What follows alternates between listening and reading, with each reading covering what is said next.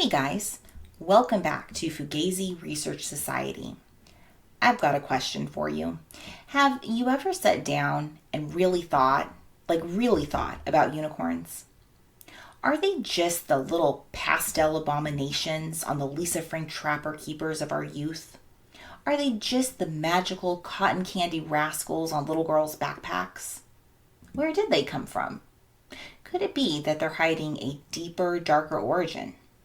What if they were actually false light, fancy ass little nightmares? This is what I set out to find. But first, let's rewind a bit. You may be thinking, no, I have not. Why do you ask? Well, this past weekend, I watched a movie that just came out in theaters called Death of a Unicorn. It was fantastic. 10 out of 10. Going into it, I had no idea what to expect. I didn't know what the movie was about. The only thing I had to go on was what my brother told me ahead of time. He said, imagine a cross between E.T. and Jurassic Park. Well, that's all I needed to hear. I was in. If you haven't seen it yet, I'm not going to spoil the movie for you, but it basically depicts unicorns in a way I've never seen or thought of before. They weren't the beautiful, pastel, magical, glittery little ponies that we all think of. Oh no, quite the opposite. They were scary ass monsters with teeth and raptor claws handing out L's like party favors. So this is what got me thinking how I don't know anything about them. What is their deal? And with that, my friends, I went down an autistic research rabbit hole to find the truth about these little bitches. I had so many questions. The first one being, what is the history of unicorns? What is some of the lore associated with unicorns? Are they a completely made up myth? Or could they have been real ass animals? More importantly, where did they go? Have they always been portrayed in history the way that we think of them today? As you can imagine, there is so much information out there. I could literally spend months delving into the history and lore surrounding unicorns, but ain't nobody got time for that. So I figured let's narrow this subject down just a little bit and see if and or how they tie into my favorite subject, the occult. And keep in mind, the word occult doesn't mean bad or evil. It simply means hidden. So if that sounds good to you, go make yourself a little snack, get comfy on the couch, and I'll tell you all about the interesting shit I found. The first thing I wanted to look into was how early do these little things go back? So it looks like they pop up on some shitty looking pottery around 2500 BCE, or so mainstream history likes to tell us. To me, it's giving more oddly long ox or antelope than unicorn, but okay. And then some Greek historian named Ctesias mentions them around the 5th century as an actual animal that existed in India. And he describes it in a book, and it's crazy. You have to check this out. I love it. So he describes it as a type of wild ass, the size of a horse or larger, with a white body, dark red head, deep blue eyes, and on its forehead, one horn about 18 inches long. Now, Homeboy says the horn was white at the base, black in the middle, and red at the tip. So a sort of tri-colored spiral, if you will. Then he said if you drank from cups made of its horn, it could neutralize poison, prevent epileptic seizures, and even offer protection from disease. He goes on to say that this little creature was super fast and wild and impossible to catch. What the fuck? We'll go more into all of the other magical properties of the horn and blood because there's a shit ton. But for now, let's continue on until we get to the Middle Ages where it gets really good. So the Middle Ages is when it seems like unicorn lore really ramps up. And this is also where it starts being tied to Jesus. Something about it being a symbol for Christ's incarnation, yada yada. The best part of it though is the artwork. Can we agree? I mean, look at these. They're amazing. Superb. I need all of them for my house immediately. Now, one thing I found particularly interesting is that unicorns appeared in something called bestiaries. Now, what the fuck are bestiaries? You may be asking yourself. I too had never heard of this before. So I looked into it, and it turns out that bestiaries are illustrated natural history books that allegedly blend biology, theology, and allegory. So again, this is according to mainstream history. They're telling us that people were drawing fake animals in these books. Maybe. But what's really interesting is that that's not what the people of the time thought. They truly believed them to be real animals. We're talking the educated elites of the time believed that these were real ass animals. Interesting. Now, they described them a little differently too. They said they were small, fierce little beasts, more goat or deer-like in nature, with a single spiraled horn. Allegedly, these little bitches were impossible to capture, so the only way you could do it was to send in, you guessed it, a virgin. The unicorn would allegedly sense her purity and then lay its head in her lap, calm itself, fall asleep, become really docile, and then the hunter would capture or kill it. There seems to be two interpretations of this. So we have the Christian interpretation, where the unicorn is Christ, pure, divine, and tameable. The virgin is, of course, Virgin Mary. Capturing or killing it is supposed to be Christ's incarnation and crucifixion. The horn is unity, divine truth, the word of God. And the unicorn resting its head in the virgin's lap symbolized the word made flesh, and its death symbolized Christ sacrificing himself for humanity. You get the idea. Now, the second interpretation is the esoteric alchemical interpretation, which personally floats my boat more, where the virgin represents the pure soul or initiate.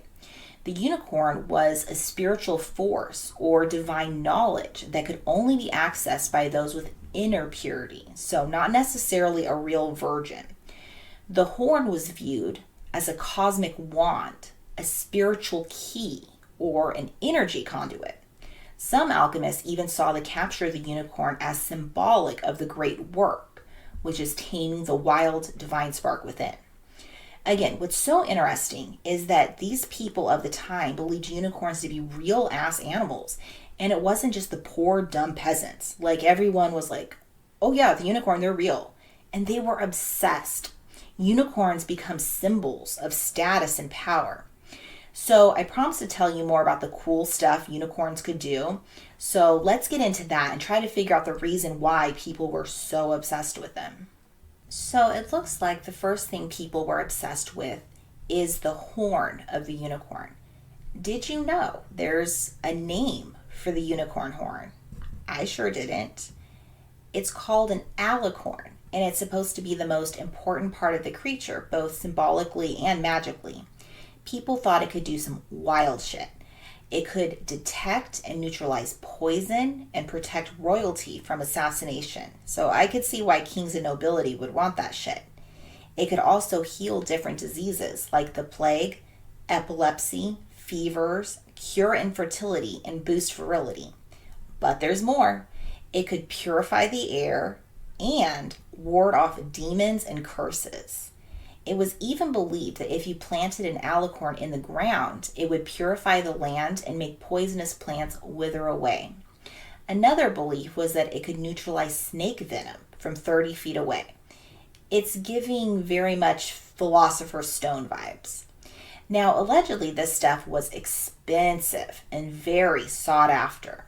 There are numerous stories of people in medieval times selling narwhal tusks as fake unicorn horns for the equivalent of millions of dollars today. And allegedly, Queen Elizabeth I even owned one that was valued at 10,000 pounds, or more than the cost of a castle. So, were medieval crumb bums selling bootleg unicorn horns that were really just narwhal tusks? Yeah, I'm sure that happened. I just don't think that necessarily means that there weren't real alicorns. What I don't understand is, why do people think they were so magical? Why were they willing to spend such crazy amounts of money on them? Is it possible Those stories are meant to make people think that alicorns were fake because we all know people were so stupid back then. We're so much smarter now. We would have never fell for that. Well, what else could the alicorn do? Well, in some mystical traditions, it was even considered a celestial antenna capable of receiving divine frequencies or unlocking hidden knowledge. Which brings me to an important point that the horn is literally right where the third eye is. So I'm thinking it's symbolism for that. Could it be a symbol for the pineal gland? I also found that some occultists believe the alicorn to be an encoded symbol for the original divine DNA, the blueprint for the perfected human, the key to Edenic consciousness, which ties into Atlantean or Lemurian theories of lost codes where the unicorn may have symbolized a living reminder of what humanity once was or could be. Another interesting thing to note is that it's not just a horn, it's a spiraled horn. This could have to do with the golden ratio, sacred geometry, the vortex motion of the energy in the universe, chakra alignment, kundalini rising, even sound frequencies, so that the spiral horn acts like a tuning fork for reality. Now, what about the unicorn blood? It too was believed to have immense healing properties. It could cure any disease, make you live longer, and even resurrect the dying. However, the act of spilling it was spiritually devastating, and if you drank it, it came with a price. So, yeah, you could drink it, but it would cost you your soul or purity. You'd live, but you became cursed, defiled, or spiritually marked. In occult terms, drinking unicorn blood equals abusing sacred energy or violating spiritual law. You didn't earn it, so now you're fucked. Okay, enough about that. So now the question is, were they real? Is this all made up nonsense? Is it just symbolism? Or is there a possibility that it was a real physical animal? I don't know, but I find it very interesting how a lot of cultures did think that it was a real animal. Many other cultures all have their own version or their own unicorn equivalent. I'm going to butcher these names for sure, but in China, there's the Qilin. Persia has their Karkadan. There's the Shadivar in Arabic lore, the Kemhueto in Chilean lore. Now, for one of the best things I found, did you know that the unicorn is actually the national animal of Scotland? And what's even more interesting, it's a unicorn that's all chained up. I think all of this sounds pretty weird for an animal that's not real. Some of the excuses mainstream history likes to tell us is that they were real animals in the past that were just mistaken for unicorns. Oh, they were just Indian rhinoceroses or an antelope that from the side profile only looked like it had one horn. Or it was just a poor goat or deer that was born with a rare genetic mutation. People thought it was a unicorn. A likely story. I'm not buying it. Sure, that could have happened, but I refuse to believe people were that fucking stupid back in the day. I think people were way more advanced than we are today, and I definitely think they were capable of recognizing what a unicorn was. Now, another thing I can't help but thinking is, what if they were chimeras? The Book of Enoch mentions the pre-flood giants or Nephilim doing experiments and stitching together animals of different kinds. I would think putting a horn on a horse would have been child's play for a fallen angel with a god complex. I then came across a very interesting little story about a guy back in 1984 who filed a patent to make a unicorn. Yes, you heard me correctly, a patent to make a unicorn. So this dude's name was Oberon Zell Ravenheart. Let's just pause to soak that in, okay? He was a self-described wizard, author, and founder of the Church of All Worlds. He developed a surgical technique to create what is called living unicorns by modifying the horn buds of young goats. So Zell's method involved surgically relocating the horn buds of a goat to the center of its forehead before they attached to the skull. As the goat matured, the horn grew from the central position, resulting in a single-horned animal resembling the mythical unicorn. Zell was granted U.S. patent number 4,429,685 for this procedure in 1984. These unicorns gained public attention when one named Lancelot toured with the Ringling Brothers and Barnum and Bailey Circus in the mid-1980s. The circus promoted Lancelot as a real unicorn, though Zell was contractually prohibited from discussing the specifics of the procedure during the tour. Zell and his partner, Morning Glory, continued to exhibit their unicorns at Renaissance fairs and other events throughout the 1980s. The last of their unicorns passed away in 2005, and Zell ceased creating them in the 1990s. Yeah, right. This endeavor was part of Zell's broader mission to explore and manifest mythological concepts blending science, spirituality, and performance art. So that guy's interesting. I might have to look into him more. But my point is, if they're doing it now, they totally did it back then. There's nothing new under the sun, son. Okay, so now, next question. Where did these little bitches go? Did we kill them all? Did they go extinct? Are they still here, but just in the lands beyond the ice wall? Maybe they're in a different dimension or frequency where we can't see them. Some people have said that they are living in the ethereal plane. I also came across the idea that they're not a living animal in the 3D, but more of a spell in symbolic form. The white body equals purification, or the albedo stage in alchemy. The horn represents singularity of focus, and their solitary nature represents separation from the profane. So we've got a living egregore situation here, where we have an entity formed by centuries of psychic investment that now acts semi-independently in the collective fields. Many occult systems describe unicorns as astral guardians, beings of the fifth dimension, or as residual fragments of pre-flood or Edenic creation. They're not dead, maybe, they're just a vibration above our perception, so you can only see them during trance, high magic, near-death experiences, or dream initiations. Now, remember our Greek homeboy Theseus that we talked about earlier? His weird-ass description of the unicorn's body could have been just symbolism or a coded message from the ancient occult world. So, hear me out. The white body represents spiritual purity. The red head could mean initiation, sacrifice, divine fire. The blue eyes could be higher vision, cosmic awareness. And his description of the horn could have been symbolic of the alchemical stages of transformation. The horn that is white at the base, black in the middle, and red at the tip matches perfectly with the purification, shadow work, and spiritual enlightenment phases in alchemy. In this view, the unicorn isn't just a mythical animal, it's a symbol of the initiated soul, or even a guardian of sacred knowledge, carrying a horn that acts as a spiritual key.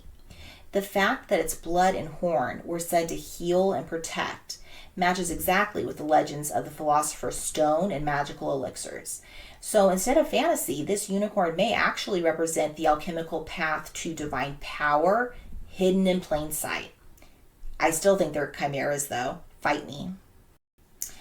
I think it's so weird that we went from this to this.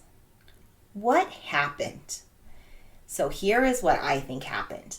The unicorn, no doubt, was a powerful, dangerous, and sacred creature in the past. A guardian of thresholds, a symbol of divine judgment, and a spiritual weapon.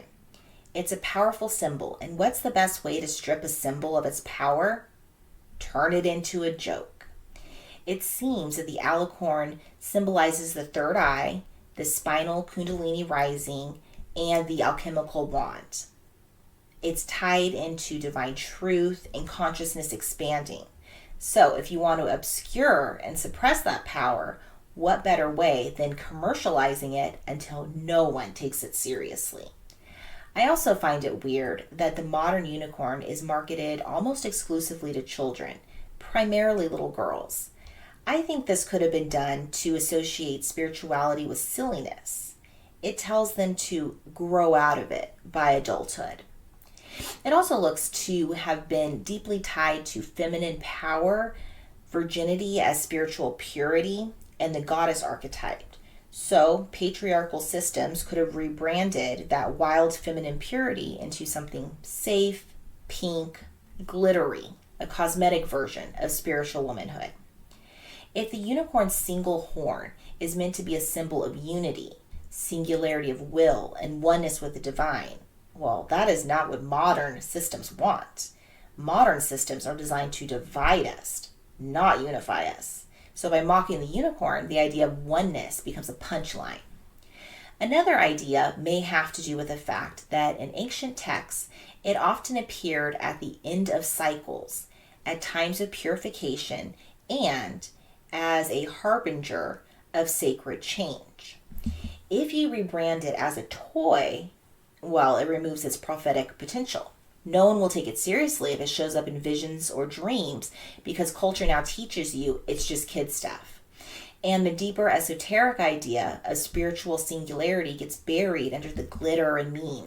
The unicorn exploded in popularity once corporations realized it could sell toys, stickers, makeup, energy drinks, you name it. I don't think this is a coincidence. It's a containment strategy. Sell the symbol before it becomes dangerous again. If you control the aesthetic, you control the narrative. I think we have a case of inversion, y'all. In occult magic and shadow work, inversion is a tactic to take something powerful, turn it inside out, and use its husk as a puppet. This may be what happened to the unicorn. The pastel unicorn is an inverted sigil. It projects cuteness but hides cosmic power, spiritual wrath, and sacred energy beneath a consumer mask. Another thing could be that it's still dangerous, and they know it. You don't chain a creature in your national symbol, write it into prophecies, paint it into resurrection tapestries, and patent surgical methods to create it in real life unless you know it's real.